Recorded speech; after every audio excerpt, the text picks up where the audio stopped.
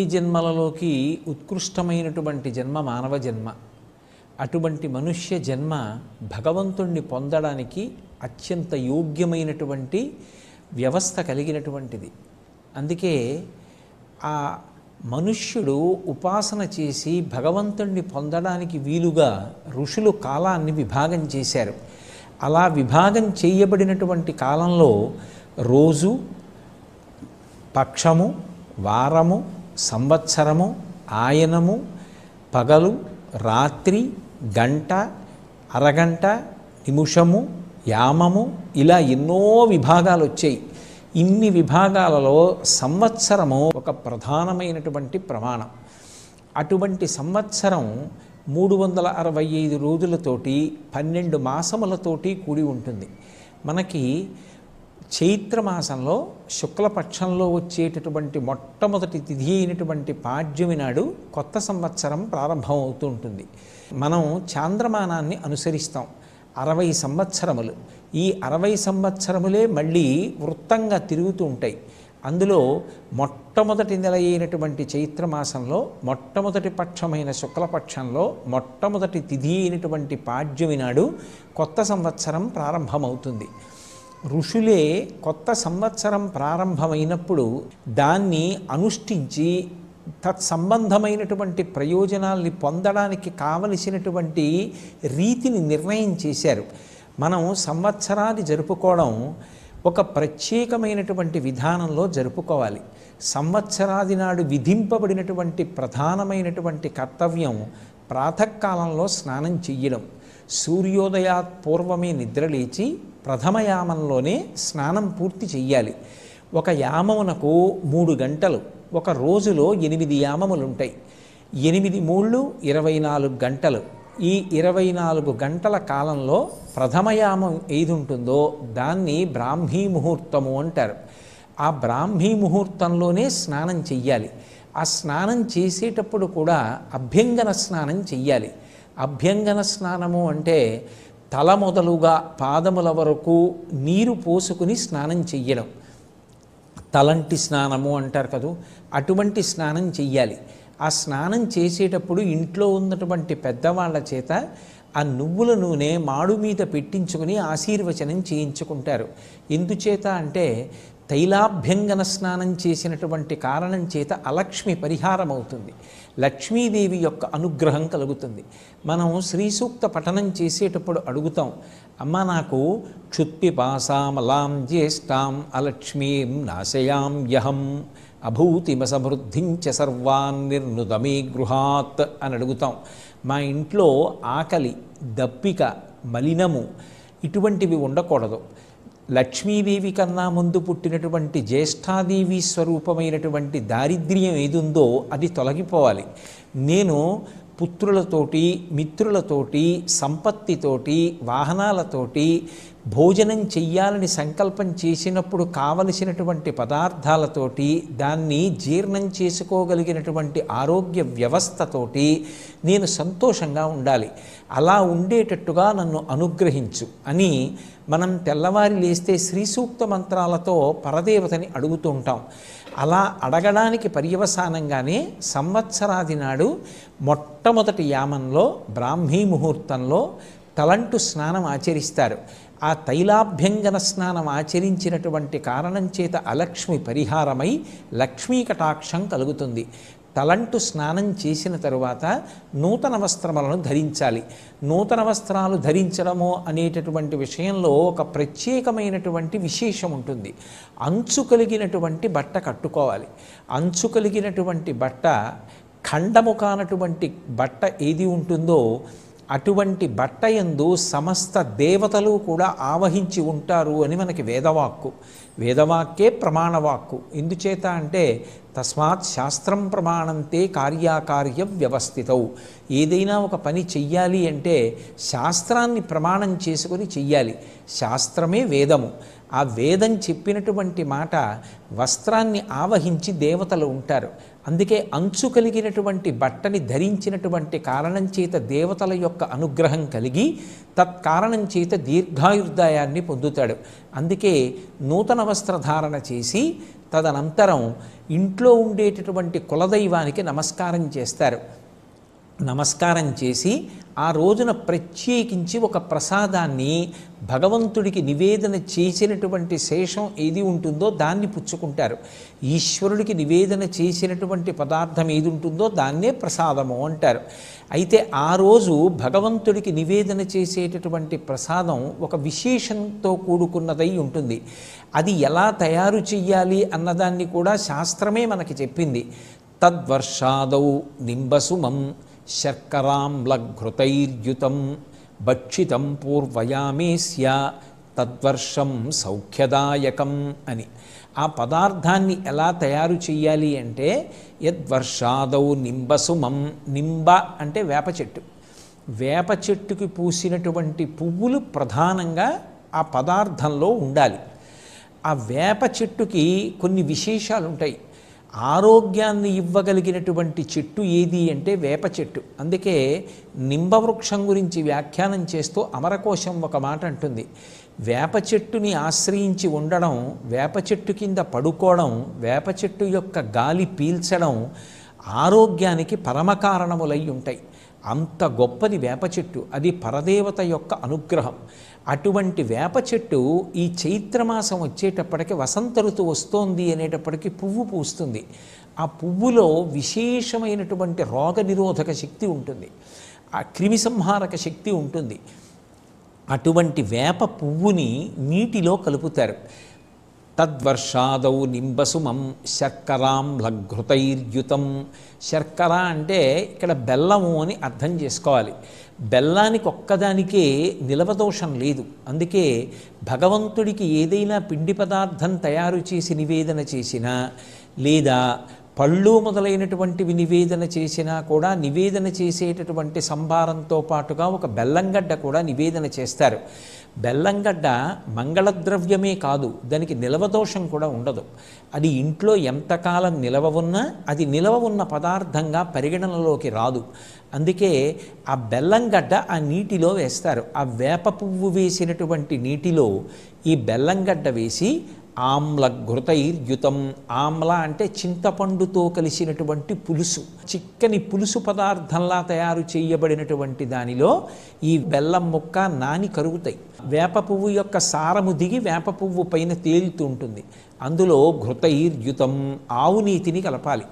లోకంలో మూడింటిని అమృతంతో సమానంగా చెప్తారు. ఘృతం పిబీత్ అంటుంది, అందుకే వేదం. ఆవు నెయ్యి అమృతంతో సమానం.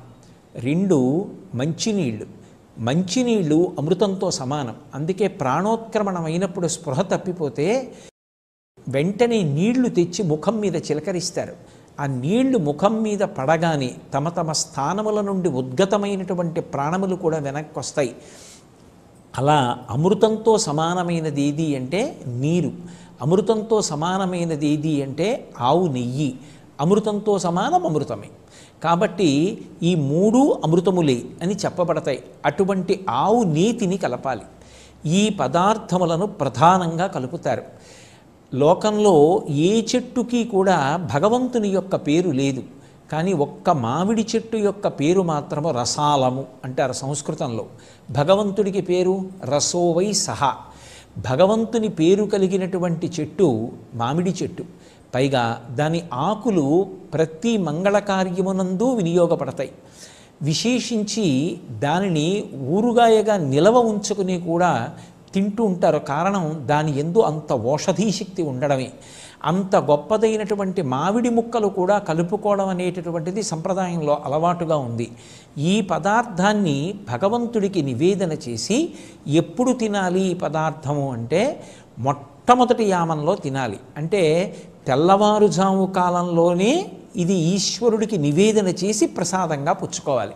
అంటే ఈశ్వరుడికి దీన్ని నివేదన చెయ్యాలి అంటే దానికి పూర్వాంగంలోనే స్నానాది కార్యక్రమములు పూర్తయిపోవాలి. అలా యద్వర్షాదౌ నింబసుమం శర్కరాంలఘృతైర్యుతం.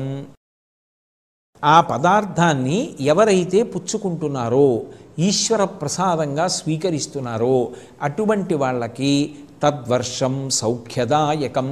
ఆ ప్రసాదమే ఈశ్వరుడి యొక్క అనుగ్రహం కనుక ఆ ప్రసాదము ఆ సంవత్సర కాలమంతా కూడా ఆ వ్యక్తి ప్రశాంతమైనటువంటి స్థితిలో జీవించడానికి కావలసినటువంటి వ్యవస్థని మనకి ఆ రోజున భూషణములను ధరిస్తారు. కొత్తగా చేయించుకున్నటువంటి భూషణములను ధరించి రాజదర్శనం చెయ్యాలి అని శాస్త్రవాక్కు. అందుకే ఇప్పటికీ మీరు పంచాంగాన్ని పరిశీలనం చేస్తే ఉగాది లేదా యుగాది, ఒకప్పుడు సృష్టి ప్రారంభం ఆ రోజున జరిగిందిట, అందుకని యుగాది నూతన సంవత్సరారంభం. అందుకే ఆ రోజున అభ్యంగన స్నానం ఆచరించి నూతన వస్త్రధారణ చేసి రాజదర్శనము అని పంచాంగంలో రాసి ఉంటుంది. రాజదర్శనము అంటే ఈ భూమిని పరిపాలించేటటువంటి ప్రభువు ఎవరుంటారో ఆయన నా విష్ణు పృథివీపతి, విష్ణువాంశ లేనటువంటి వాడు పృథివీపతి కాలేడు. ఇప్పుడు మనం రాజదర్శనం చెయ్యాలి అంటే తేలిక మార్గం, రాజులకు రాజు పరమేశ్వరుడు, రాజశేఖరుడైన. అందుకే రాజన్మత్తమరాళమందగమనాం రాజీవపత్రేక్షణాం రాజీవ ప్రభవాది దేవ మకుటై రాజత్పదాంబోరుహాం రాజీవాయతపత్రమండితకుచాం రాజాధిరాజేశ్వరీం శ్రీశైలస్థలవాసినీం భగవతీం శ్రీమాతరం భావయే అంటారు. ఆ జగదంబ కన్నా పరమేశ్వరుడి కన్నా రాజాధిరాజులు ఎవరుంటారు?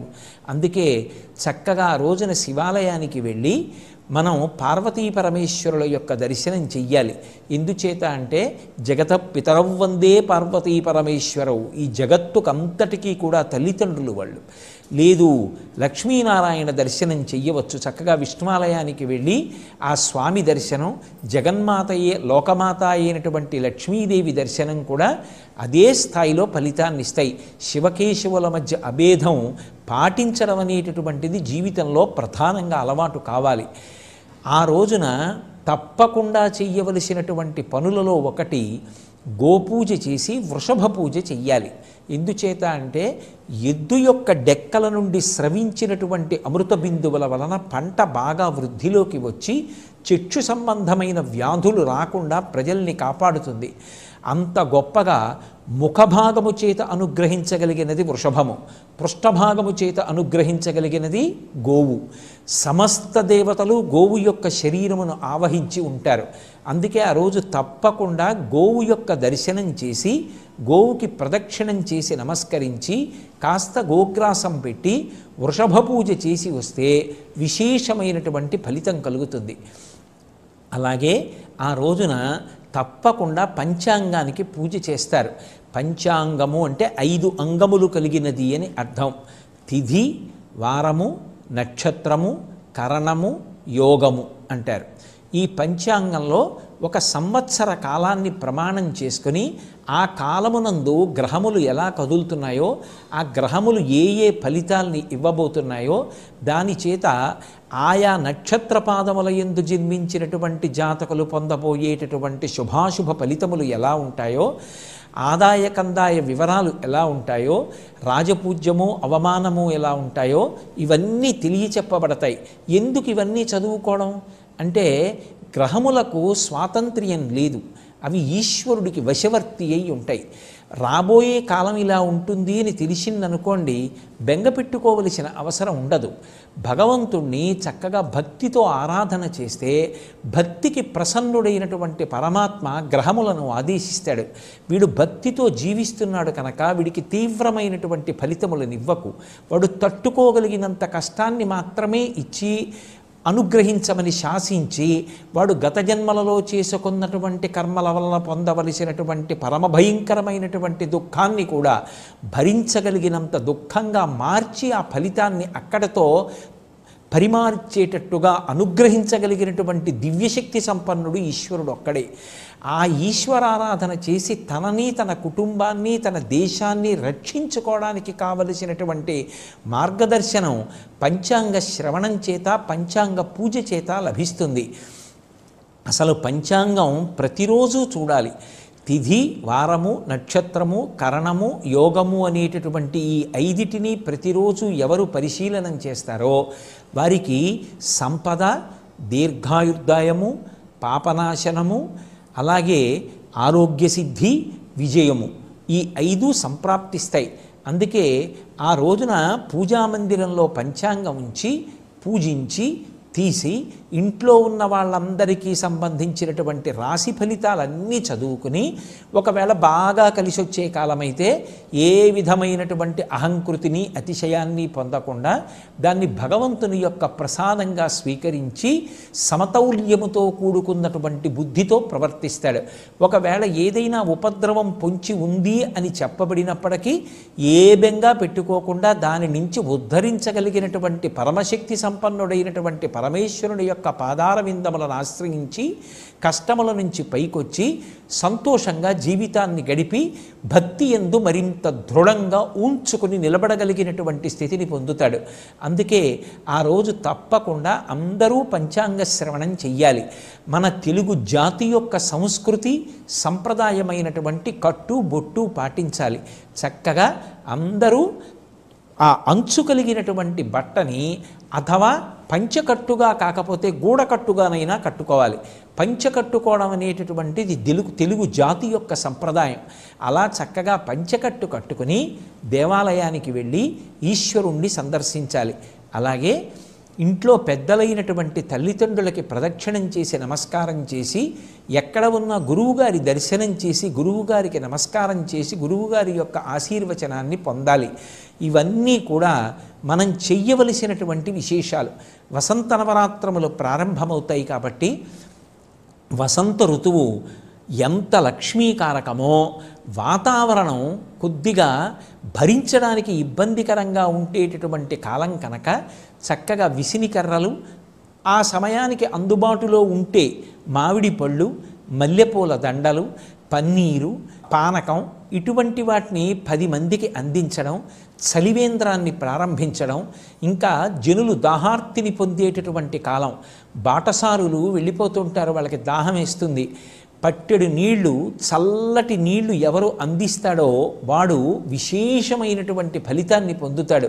అందుకే చక్కగా చలివేంద్రాలు ప్రారంభించడం, అలాగే మనకి కలిగినంతలో 10 మందికి చలవ చేసేటటువంటి పదార్థాలు అంటే మజ్జిగ లాంటివి ఇవ్వగలిగినటువంటి స్థితిని ఏర్పాటు చేసుకోవడం, ఇవన్నీ కూడా దేశకాలముల యందు తరించడానికి పుణ్యాన్ని సముపార్జించుకోవడానికి యోగ్యమైనటువంటి విశేషాలు. అలాగే వసంత నవరాత్రులు చేసి చక్కగా ఆ భగవంతుని యొక్క పరమ అనుగ్రహాన్ని పొంది అందరూ తరించేటటువంటి యోగ్యమైన కాలం.